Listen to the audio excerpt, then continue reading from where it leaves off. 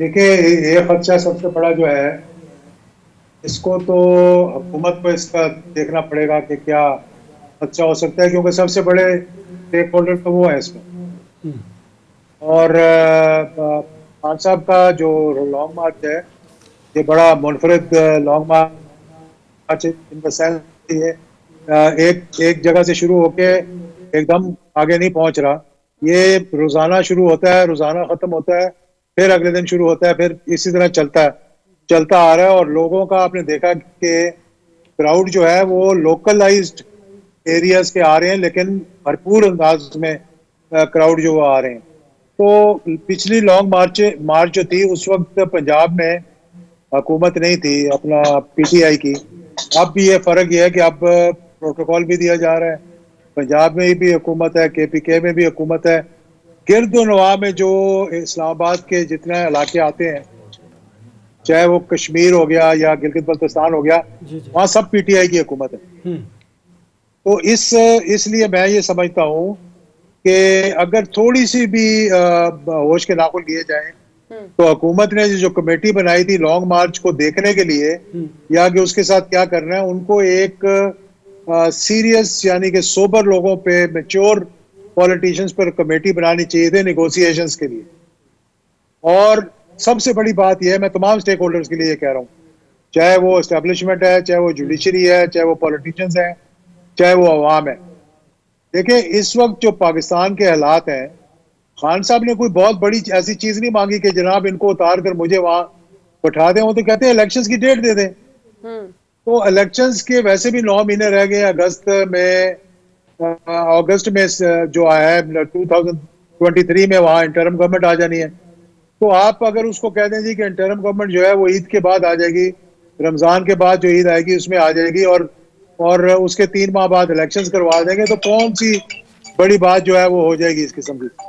तो ये एक जिद जो है ना, ये पाकिस्तान को नुकसान पहुंचा रही है, पाकिस्तान की मईशत को नुकसान पहुंचा रही है।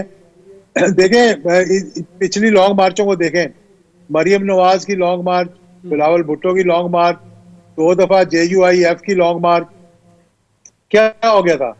कोई क़यामत तो नहीं आई लेकिन थी लेकिन हुकूमत। इजाज साहब, ये लॉन्ग मार्च के नतीजे में ये पॉलिटिशियन मौजूदा हुकूमत से जो उस वक्त की थी मुज़ाकरात कर रहे थे, लेकिन इमरान खान साहब तो कहते हैं कि वो इन चोरों से बात नहीं करेंगे, वो बात उनसे करेंगे जिनसे मुज़ाकरात किए जाने चाहिए। ये भी तो बहुत बड़ा सवाल है। मैंने इसीलिए तो कहा कि सारे स्टेक होल्डर्स, मैंने ऐसे तो नहीं कहा कि सारे स्टेक होल्डर्स, जो जो भी इसके अंदर स्टेक होल्डर है उसे अपना किरदार अदा करना चाहिए और उसे अपना किरदार अदा करना पड़ेगा। फिर मैंने आपको कहा, एस्टेब्लिशमेंट, जुडिशरी, पॉलिटिशियंस और अवाम, ये 4 स्टेक होल्डर हैं इस मुल्क के। तो अवाम सड़कों पे हैं, पॉलिटिशियंस एक दूसरे की टांगें खींचने में लगे, जुडिशरी जो है वो अपने तराजू को पता नहीं सही तोल रही है कि नहीं तोल रही है। सबसे बड़ा किरदार जो है इस वक्त वो इस्टेब्लिशमेंट का है। और मैं समझता हूँ कि जैसे राहील शरीफ साहब ने एक किरदार अदा किया था, जैसे वहीद का किरदार अदा किया था, इस तरह से मौजूदा सूरत हाल में भी मैं ये नहीं कह रहा कि किसी को कोई धमकी दी जाए, किसी की हुकूमत गिराने की बात की जाए, कोई बेटर सेंस को प्रिवेल करवाया जाए। जिस तरह की सारी रात बैठकर पिछला जो धरना था 126 दिन का, वो आखिर खत्म हो गया था ना। नहीं तो उसके इजाज साहब, बाद इसके हुकूमत चलती रही। आप इस्टेब्लिशमेंट के किरदार के लिए आप भी कोशिशें कर रहे हैं, तो क्या ये कोशिशें रंग लाएंगी? देखिए, मेरा ख्याल है कि हर किसी को इस वक्त इस बात की फिक्र है कि पाकिस्तान की मईशत दिन ब दिन खराबी की तरफ जा रही है। हमारे दोस्त हमारे साथ उस तरह नहीं खड़े हुए जिस तरह उन्हें खड़ा होना चाहिए। हर कोई ये देख रहा है कि कंटिन्यूटी नहीं है, स्टेबिलिटी नहीं है, इकोनॉमिक प्रोग्रेस नहीं है, हमारी एक्सपोर्ट्स तबाह हो गई हैं। आपने रुपी को देख लिया किस तरह से डिवैल्यू हो गया। इन तमाम चीज़ों को मद्देनजर रखते हुए, जब तक ये मैसेज नहीं जाएगा कि मुल्क के अंदर आम इलेक्शंस होने को जा रहे हैं और उसके बाद जो हुकूमत आएगी वो अगले 5 साल इंशाल्लाह, अगर अल्लाह को मंजूर हुआ तो वो पूरे करेगी, फिर ये मामला जो है आपके सीधे होंगे। वरना इस वक्त जो क्राइसिस है, इस क्राइसिस ने सबसे ज्यादा अगर किसी को जो तंग करना नहीं, अटैक करेगा, ये क्राइसिस जो है वो आपके दफा को करेगा, आपके डिफेंस को करेगा। क्यों?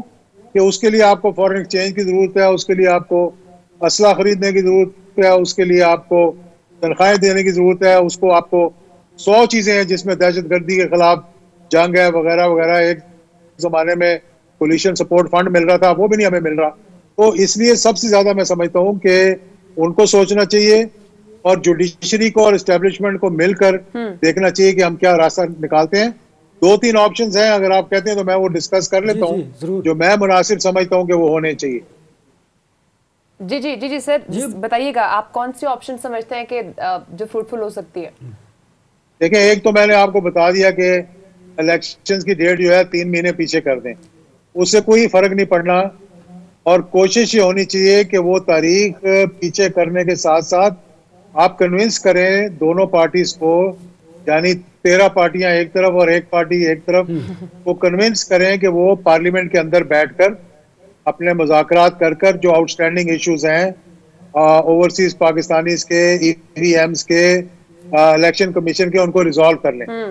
और मेरा ख्याल है कि अगर खान साहब को डेट मिल गई तो इसमें कोई आर नहीं कि जैसे उन्होंने कहा था अगर साइफर का कमीशन बना दे, मैं असेंबली में जाने को तैयार हूं, तो फिर वो असेंबली में बैठकर दीगर मसाइल भी जो है वो हल करने की तो एजाज साहब, कोशिश करेंगे। ये जो ऑप्शन है 3 माह तारीख पहले दे दी जाए, तो इमरान खान साहब ने आपको दिया है कि आप इस्टेब्लिशमेंट से या पॉलिटिकल पार्टी से ये बात करें। देखिए, वो तो एक ही बात कर रहे हैं ना कि मुझे डेट दें, तो डेट वो कल की तो नहीं मांग रहे ना। उनको पता है कि 3 महीने के लिए इंटरम गवर्नमेंट भी आनी है, इख्तिलाफ है, दीगर मसाइल है। तो मैंने ईद के बाद की बात की। लेकिन एजाज साहब, जहां पर आप बात कर रहे हैं कि 3 महीने पहले की डेट से कुछ नहीं होगा, वहीं पर 3 महीने के बाद की डेट से भी तो कुछ भी नहीं होगा।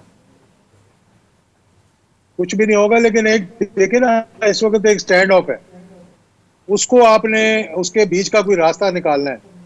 तो बीच का रास्ता निकालना ये है कि दोनों फरीक जो है कुछ उनकी सुनी जाए, कुछ इनकी सुनी जाए। तो मैं समझता हूँ फिर कोई बीच का रास्ता निकल आएगा। एजाज साहब, इसके अलावा जो बैकडोर मुज़ाकरात के हवाले से इस वक्त बातें चल रही हैं और कहा भी, मतलब बात ये एग्री करने वाली भी है कि जो भी मसाइल मुज़ाकरात से हल होते हैं, खून रेजी से हल नहीं होते। इमरान खान साहब भी यही कह रहे हैं कि मुज़ाकरात से ही हल होगा, अदरवाइज खून रेजी होगी। फैसल वाडा साहब ने प्रेस कॉन्फ्रेंस की उन्होंने ये इंटीमेट भी किया था कि खून रेजी होने वाली है इसके अंदर। और जिस तरह से अभी एग्रेसिवनेस हम देख रहे हैं इमरान खान साहब के बयानात के अंदर, अभी तक लाहौर से जो वो यहाँ तक पहुंचे हैं, आप क्या समझते हैं बैकडोर जो मुज़ाकरात हैं ये हो भी रहे हैं, नहीं हो रहे? अगर ये हो रहे हैं तो कितना रोल इस वक्त प्ले कर रहे हैं, खासकर जो इमरान खान साहब इस वक्त खिताब कर रहे हैं, जो उनका एग्रेसिवनेस शो हो रही है, वो उसके अकॉर्डिंग तो लग तो नहीं रहा कि बैकडोर मुज़ाकरात हो रहे हैं। इमरान खान साहब रेडी भी हैं उनको सुनने के लिए? पहली बात तो मेरे नज़दीक अगर आप मुझसे पूछें तो खान साहब को अपना नैरेटिव थोड़ा सा सही करना पड़ेगा, अपना किबला भी दुरुस्त करना पड़ेगा। मैं उनको 2-3 मरतबा ये बात बता चुका हूँ और तमाम सियासतदानों को इस बात का पता है कि एस्टेब्लिशमेंट से झगड़ा करके आप कहीं नहीं पहुंचेंगे। तो उनको थोड़ा सा अपनी जुबान पे या अपनी उस पे जो स्पीचेस हैं उनमें थोड़ा सा कंट्रोल करना चाहिए। ये अपना जो हदफ है वो रखना चाहिए, जो ऑपोजिशन है उनकी, यानी अपने ऑपोजिशन को आप जितना मर्जी अटैक करें, आप हर एक के साथ लड़कर तो कुछ नहीं अचीव कर सकते ना। तो इसलिए मैं ये समझता हूँ। और जहां तक आपने पूछा कि बैकडोर डिप्लोमेसी की जहां तक बात है, कभी भी मुज़ाकरात जो है वो बंद नहीं हुए। किसी ना किसी तरीके से कहीं ना कहीं रास्ता निकालने की कोशिश की जाती है। कोई टेलीफोन नहीं बंद होते, कोई दरवाजे बंद नहीं हो जाते।